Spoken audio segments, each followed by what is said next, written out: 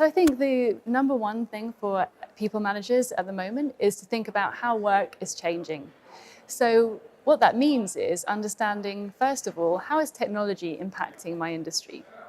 What we tend to see is that any routine analytical work within our organizations where we can clearly say, here's the input, the process, and the output, that's likely to be automated in the next few years.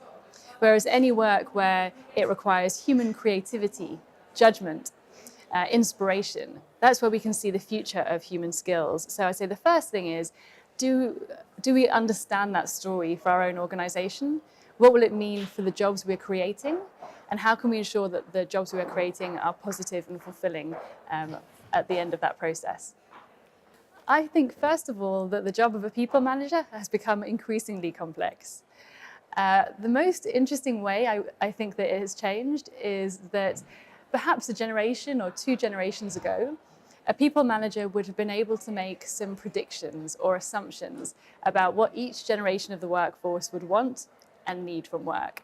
And that was very useful because from those assumptions, we could then say, and here's the career path, and here's the benefits package that will really inspire and retain those people.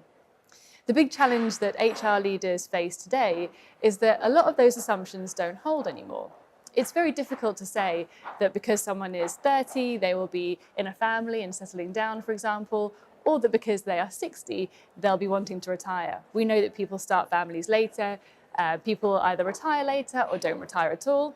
And suddenly a big challenge for HR and people leaders is, how do I know what my workforce wants? So what skills does that require of a people leader? I think, first of all, engaging in new ways of understanding what people want. Let them tell you.